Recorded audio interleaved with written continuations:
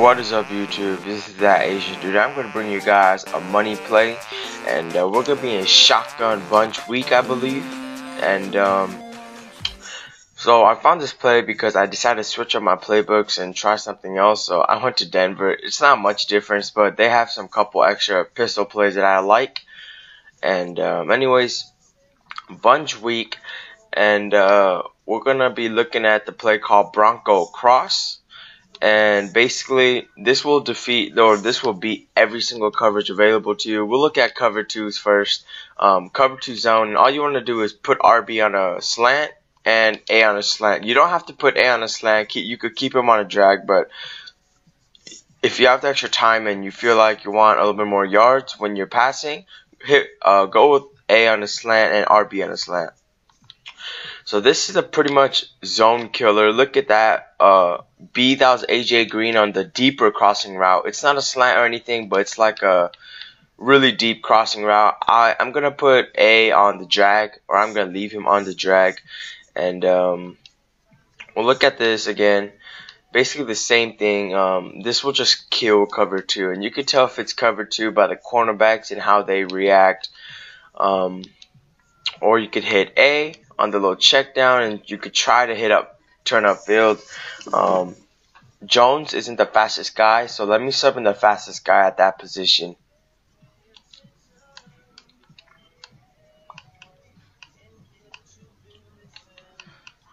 Alright, so Brandon Tate has like 95 speed, so we'll sub him in, and we'll go back to Bronco Cross. We'll go to cover 2 and put Jermaine Gresham at the tight end on the slant. And with Brandon Tate's speed, you could easily catch it and turn upfield.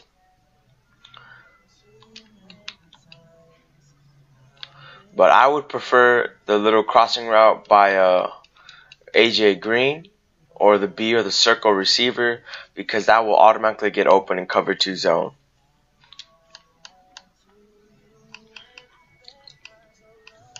Alright, so now we'll look into cover 2 man. Cover 2 man, and basically the same setup because you don't know what to expect at this point. So the crossing route in the middle will always be open. Against man to man, doesn't really matter. It's unbumpable too, which makes it more deadlier. You could even motion this tight end in, or yeah, that'll make him block, but right there, Brandon Tate just destroys that cornerback. He destroys him because of his speed.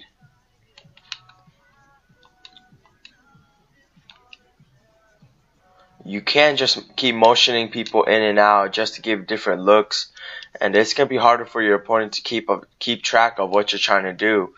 Now, the only way to stop these crossing routes is to usering them.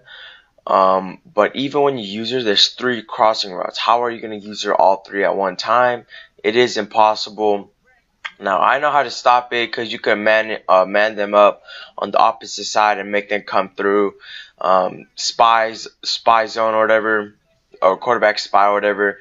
But your opponent's not going to think of that. I promise you that. If you keep messing this up with other formations, your opponent will have a tough time. This is a really good money play. This is one of those plays where you could use every single down. You could use it every single down, and your opponent will have a tough time adjusting to it. But when he does, you better switch out of it or you will get picked off.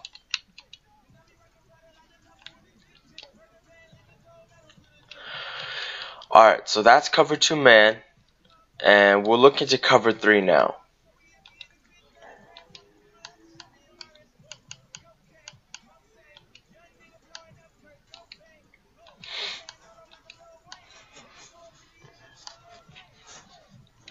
Cover 3 sky, same setup because you don't know what to expect out of your opponent. Now, it's basically the same thing. You could hit the crossing route just like that because the other hook zone will be covering the slant. Or you could easily hit the drag because the drag is always open in any zone coverage. In any zone coverage, this drag will always be open. Especially with the slant.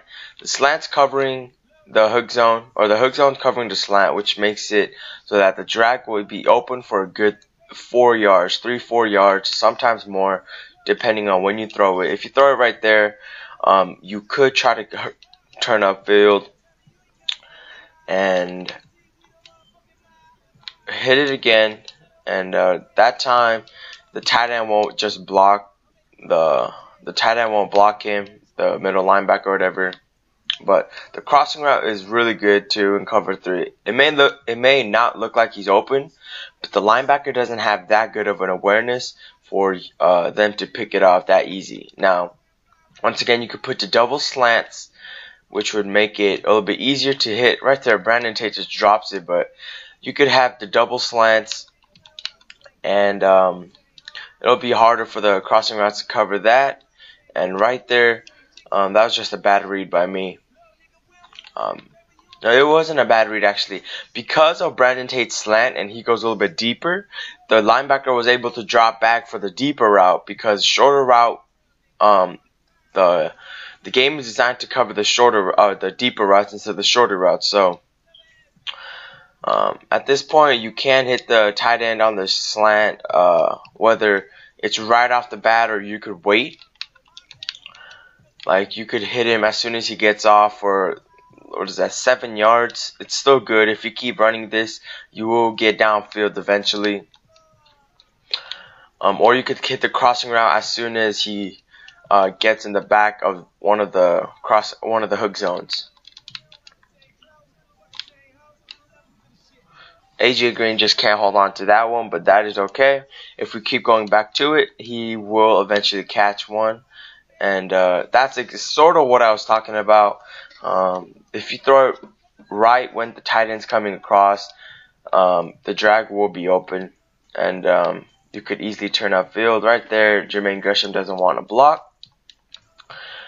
The X route over there, it doesn't really matter. You could try face catching. Mohamed Sanu's obviously not the best receiver. AJ Green should be there, but I want AJ Green in the crossing routes because that is basically going to be your main read. Alright, so next we're going to look at what's next? Cover 4, I believe. We'll look at cover 4. Let's see. We'll go to big dime. We'll find the cover 4 with 2 hook zones. Cover 4 drop. So basically the same setup, and you could hit the crossing routes right there. I threw it a little bit late, but AJ Green should have still hold on to it, considering he's one of the best receivers. So you could hit AJ Green on the crossing route. Just wait until he clears. That was a little bit of pass interference, but he still ended up catching it, so that's okay. You could hit the little drag right there for about a couple gains, not too much.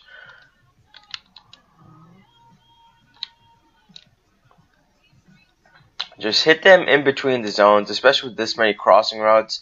You really can't go wrong with anything.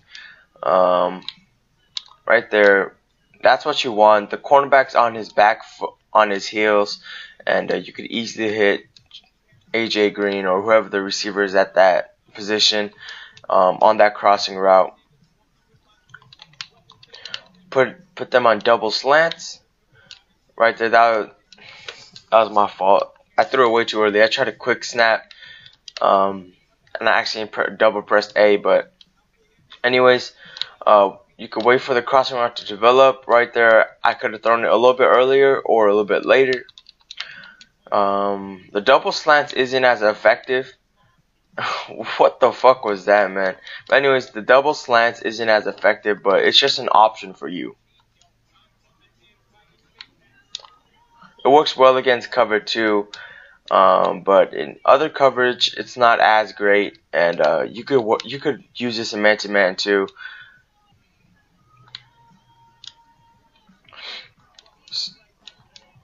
You just gotta wait until the slants develop. Don't force anything, and that's basically how you want to pass in every single pass play. Don't force anything. Just let everything happen by itself. And yeah,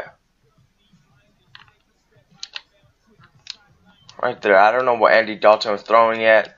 I tried to face catch, but obviously that didn't look so good. What is he doing? Anyways, you can face catch. I'll try to give you guys an example if Andy Dalton can throw correctly. There it is. And Mohamed Sanu is always obviously not the best face catcher. So anyways, that's basically it. We'll look at cover 3 drop now. It has 3 hook zones, so it's basically like cover 2. It's basically like a cover 2 with extra deep zones.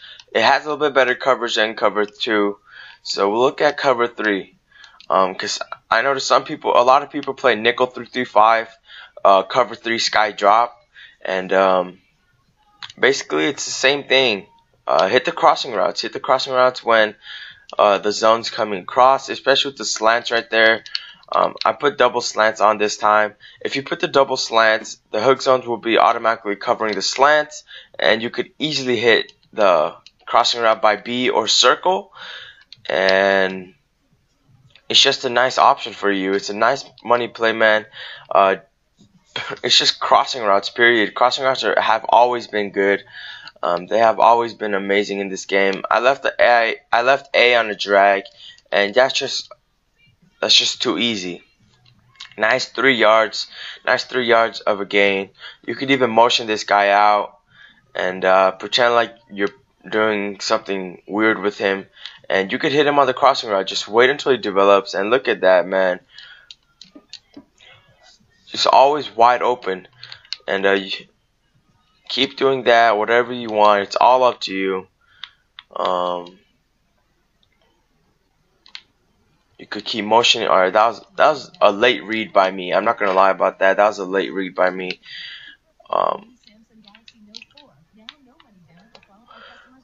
You can do this. Just keep mixing it up, man. If you mix it up, eventually, you will break down your opponent. Period.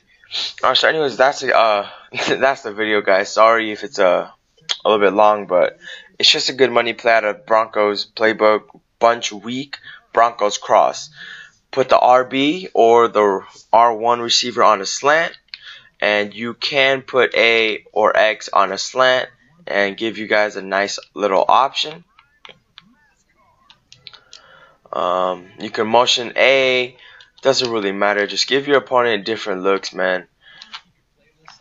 Alright, so anyways, thanks for watching, guys. That was just a bad read. But anyways, thanks for watching, guys. I hope you guys enjoy, and see you guys later.